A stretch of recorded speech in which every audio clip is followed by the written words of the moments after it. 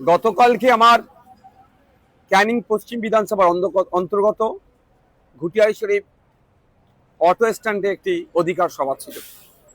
আমি যখন যাচ্ছিলাম সেই সময় যাওয়ার পথে ক্যানিং পূর্ব বিধানসভার অন্তর্গত নারায়ণপুর অঞ্চল, সম্ভবত অঞ্চলটির নাম, ওই অঞ্চলের দু জায়গায় আমাকে কালো পতাকা দেখানো হয়। আমাকে যখন কালো পতাকা দেখানো হচ্ছিল, আমি গাড়িটা স্লো প্রথম করি, তারপর গাড়ি দাঁড় করিয়ে আমি জিজ্ঞাসা করার চেষ্টা করি যে কি কারণে কালো পতাকা দেখানো হচ্ছিল। অনেক চিৎকার চেঁচামেচি করছিল। আমি বললাম একে একে করলে সুবিধা হয়। তো কিছু লোকজন বললো যে আপনি যেখানে যাচ্ছেন তারা সব গেঁজা, এই ধরনের অনৈতিক কাজ করে, ব্যবসা করে, ডিলার সব আমাদের গ্রামের ছেলেদেরকে ধ্বংস করে দিচ্ছে। আমি বললাম আমি এই ধরনের যদি ঘটনা ঘটে আমি গিয়ে গাঁজার বিরুদ্ধে বলবো। তার মধ্যে যেহেতু আমার সময় স্বল্প হয়ে আসছিল, আমার গাড়িটা আস্তে আস্তে আবার বার করে নিলাম। তার থেকে 1-150 মিটার কি একটু বেশি এসেই আবার বেশ কিছু রাস্তায় মহিলারাও প্ল্যাকার্ড নিয়ে কালো পতাকা নিয়ে দাঁড়িয়েছিল। আমি দাঁড়িয়ে গেলাম। আমি বললাম মা কি সমস্যা গো, কি হয়েছে, কালো পতাকা দেখাচ্ছ কেন? না, আপনাকে আমরা শ্রদ্ধা করি, সম্মান করি, আমাদের অঞ্চলে আপনাকে স্বাগত জানাই, কিন্তু আপনি যেখানে যাচ্ছেন তারা কে জানেন? আমি না তো। কে, তারা কারা? এই ধরনের কথাবার্তার আদান প্রদান হলো। তাদের বক্তব্য হচ্ছে যে আমার যারা প্রোগ্রাম অ্যারেঞ্জ করেছে তারা নাকি ওই ধরনের অনৈতিক কাজ করে, গাঁজা টাজা এই ধরনের সব ডিলার্স দিয়ে। আমি বললাম মা আমি যদি স্টেজে উঠে গাঁজার বিরুদ্ধে বলি তোমরা খুশি হবে তো? শুধু খুশি না, এটা বললাম আমি যদি মা স্টেজে উঠে গাঁজার বিরুদ্ধে বলি তাহলে আসবার সময় আমাকে চা খাওয়াবে তো? বললো হ্যাঁ। কারণ তারা বলছিল এই গাঁজাটা দেখে তাদের পরিবারের ছেলে পেলে পুরো ফ্যামিলি ধ্বংস হয়ে যাচ্ছে। সত্যিকারে খুবই খারাপ যে কথা বললো। আমি যথারীতি আমার প্রোগ্রাম স্থলে পৌঁছালাম। সময় স্বল্প ছিল, সন্ধ্যা হয়ে আসছিল আমাদের। ফলে আমি যে বক্তব্য দিয়েছি তার একটা বক্তব্যের অনেকটা অংশ জুড়ে গাঁজা, অনৈতিক কার্যকলাপের বিরুদ্ধে ছিল। ঘুটিয়ারি শরীফের মতো পবিত্র জায়গায় কোনো মতেই এই ধরনের অনৈতিক কাজ, গাঁজা ব্যবসা থেকে শুরু করে এগুলো চলতে দেওয়া যায় না।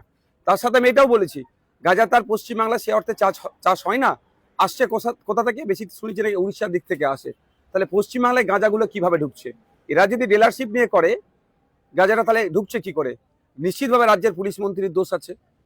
তাহলে বড় ব্যবসায়ী কি হতে পারে?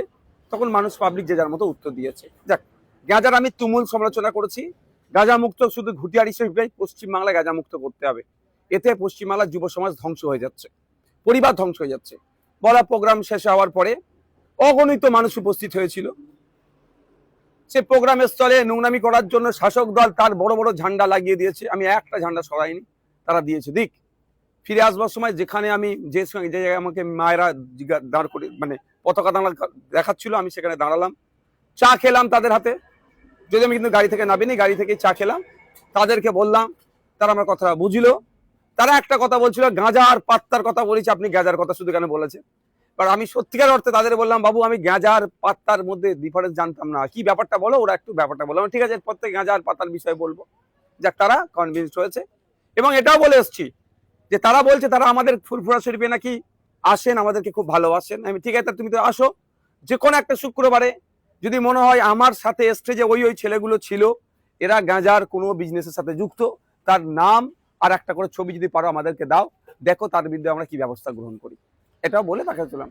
তারপরে একটা ওই যে বাজারটি ছিল, যে বাজারটির পাশেই ফুটবল মাঠ, নারায়ণপুর মনে হচ্ছে অঞ্চল, ওখানে ওই যে কিছু ছেলে যে ভাইজান আপনি গাঁজার বিরুদ্ধে বললেন না, আমি যখন আসছিলাম ঠিক এই ধরনের, আমি তাদেরকে বললাম আমার গাড়ি থেকে, ভাই কে বলেছে আমি বলিনি, আমার রেকর্ড তোমরা দেখালে শুনে নাও।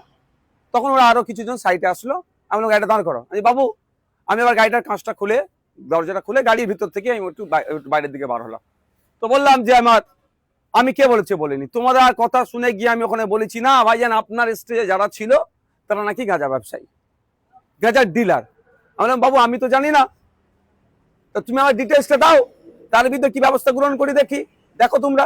আর একটা কথা হচ্ছে আমাকে একটু ইনকোয়ারি করতে দিতে হবে সময়। এই বলার মধ্যে ওই কিছু সবাই চিৎকার চাচ্ছে, সবাই ওই অভিযোগটাই করছে। আমার সাথে কেউ খারাপ আচরণ তখন পর্যন্ত করেনি। যেটা সত্য কথা সেটা আমি বলতে হবে, মানুষকে জানতে হবে যে অ্যাকচুয়াল ফ্যাক্টটা কি। তারা বলছে আমাদের এখানকার শেষ করে দিল। অনেক মাও ছিল, অনেক বাপেরা, অনেক বয়স্ক, অনেক ইয়াং ছেলে, কলেজ পড়ুয়া ছিল, ভাইজান আমাদেরকে শেষ করে দিচ্ছে। আমি বললাম ভাই তুমি বিশ্বাস করে তো আমাকে আমি সঠিক পথে চলছি বলে অভিযোগটা জানাচ্ছ তো? বললো হ্যাঁ। আমি তাহলে ঠিক আছে, তুমি তাহলে যারা যারা এই অন্যায় কাজ করছে আমাদের পার্টির নাকি ঝান্ডার নিচে আছে, তাদের ডিটেলসটা আমাকে দেবে। ওরাও এক প্রকার কনভিন্সড হয়ে যাচ্ছিল।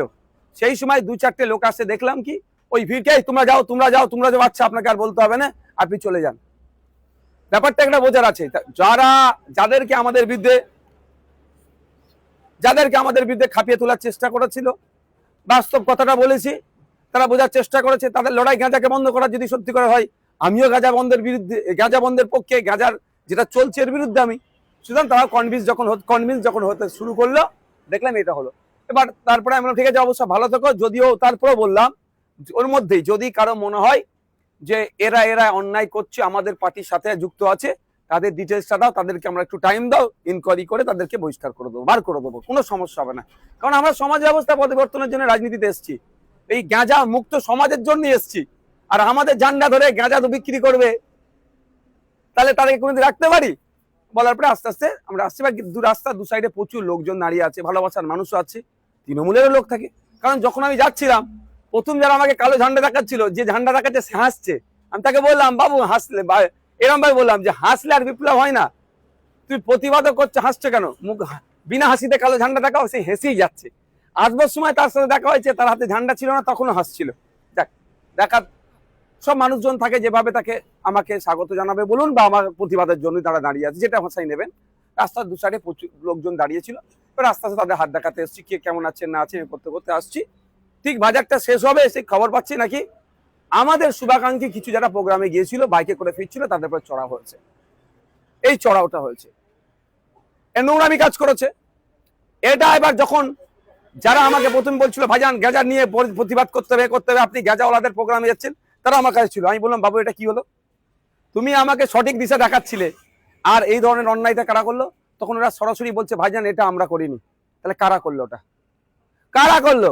এখানে বুঝতে অবকাশ লাগছে না শওকত মোল্লা সাহেব, যে ক্যানিং পূর্বের মতো জায়গাতে মানুষ রাস্তার দুধারে ঢল নেবেছে, চন্দনেশ্বর থেকে শুরু করে নারায়ণপুর থেকে শুরু করে বিভিন্ন জায়গায় ক্যানিং পশ্চিমের মানুষ, হাজার হাজার মানুষ রাস্তায় নামছে, আতঙ্কিত হয়ে গেছে বলে আমাদের কর্মীদের উপরে চড়া হয়েছে। দুর্ভাগ্য সেখানে কিন্তু পুলিশের একটা অংশ ছিল, প্রথমে তারা নীরব দর্শকের ভূমিকা পালন করে। যখনই হয়েছে আমি আমার কর্মীকে মারবে, আমার ভালোবাসার মানুষকে মারবে, আমি তো চুপ করে থাকতে পারবো না, আমি গাড়ি থেকে নিয়ে পড়েছি। পুলিশ এসে বলে সাহেব আপনি গাড়ি তোলেন, আপনি চলে যান। আমি কেন যাবো? আমি যাবোটা কেন? এইবার কিছু মানুষজন যারা কিন্তু ওখানে প্রতিবাদ এই গাঁজা নিয়ে কথা বলেনি, তাদের মধ্যে তারা নয়, অন্য কিছু মানুষ আপনি চলে যান, আপনি চলে যান, আপনি চলে যান এই করছে। এটা বুঝতে হবে ব্যাপারটা। আমার ভালোবাসার মানুষ মার খাবে, আমি চলে যাব? এটা হতে পারে না। আমি জানিয়ে গেছি, পুলিশ এসে বলছে সাহেব আমরা দেখছি, কোনো অসুবিধা নেই, যতটুকু যা ঘটনা ঘটে গেছে আর কিছু হতে দেবো না, আমরা কথা দিচ্ছি, যারা কোনো অসুবিধা হবে না, আপনি যান। আমি পুলিশ যারা ছিলেন ওখানে দায়িত্বশীল, আমি বললাম, কিন্তু আমি এখান থেকে যাবার ছেলে নয়, কারণ আমার কর্মীকে আমার ভালোবাসার মানুষকে মার খাওয়ার আগে আমি দুঘা মার খাতে প্রস্তুত আছি।